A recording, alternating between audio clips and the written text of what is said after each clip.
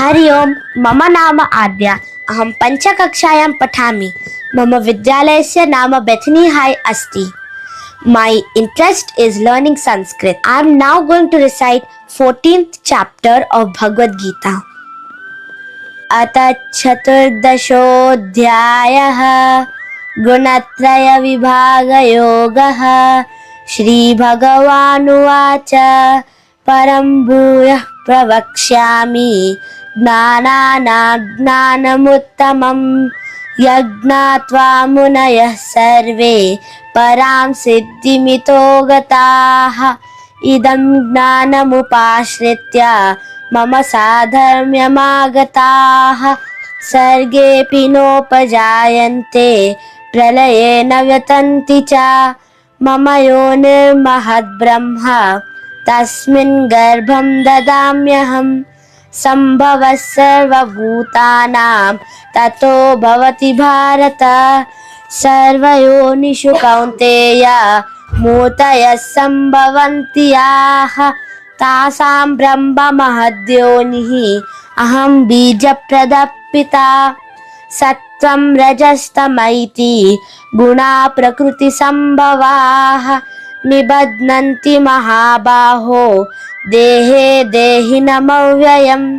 तत्र सत्त्वं निर्मलत्वात् प्रकाशकमनामयम्। सुखसङ्गेन बध्नाति ज्ञानसङ्गेन चानघ। रजो रागात्मकं विद्धि तृष्णासङ्गसमुद्भवम्। तन्निबध्नाति कौन्तेय कर्मसङ्गेन देहिनम्। तमस्त्वज्ञानजं विद्धि मोहनं सर्वदेहिनां। प्रमादालस्य निद्राभिः तन्निबध्नाति भारत। सत्त्वं सुखे संजयति रजः कर्मणि भारत। ज्ञानमावृत्य तु तमः प्रमादे संजयत्युत। रजस्तमश्चाभिभूय सत्त्वं भवति भारत। रजः सत्त्वं तमश्चैव तमः सत्त्वं रजस्तथा। सर्वद्वारेषु देहेऽस्मिन् प्रकाश उपजायते।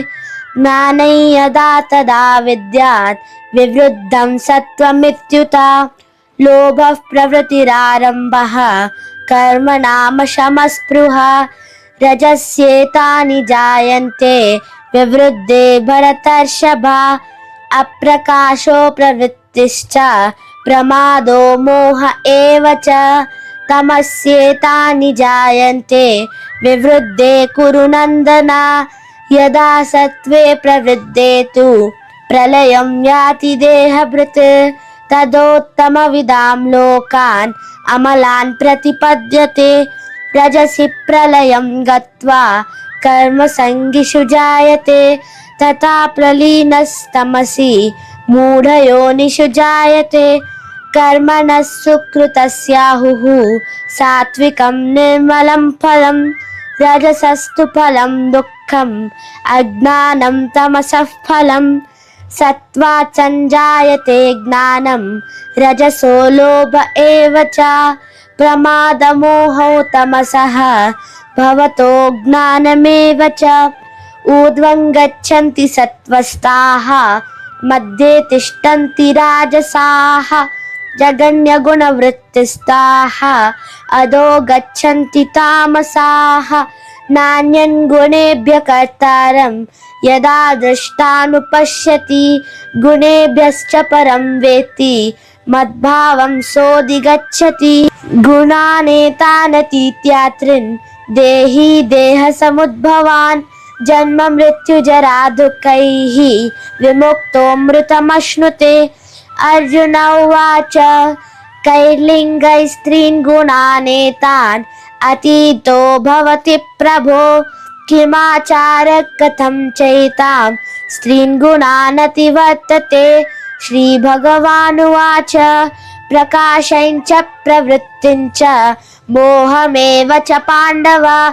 न द्वेष्टि सम्प्रवृत्तानि न निवृत्तानि काङ्क्षति। उदासीनवदासीनः गुणैर्यो न विचाल्यते।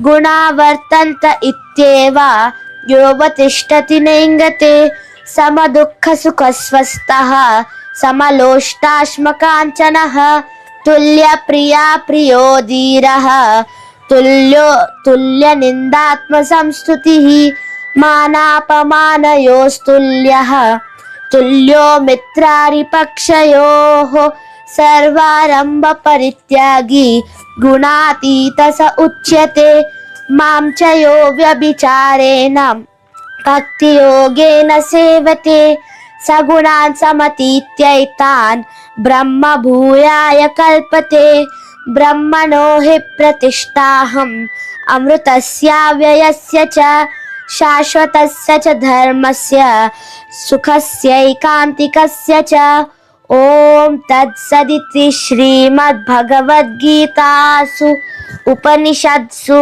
ब्रह्मविद्यायां योगशास्त्रे श्रीकृष्णार्जुनसंवादे गुणत्रयविभागयोगो नाम 14ोऽध्यायः। हरि ओम्।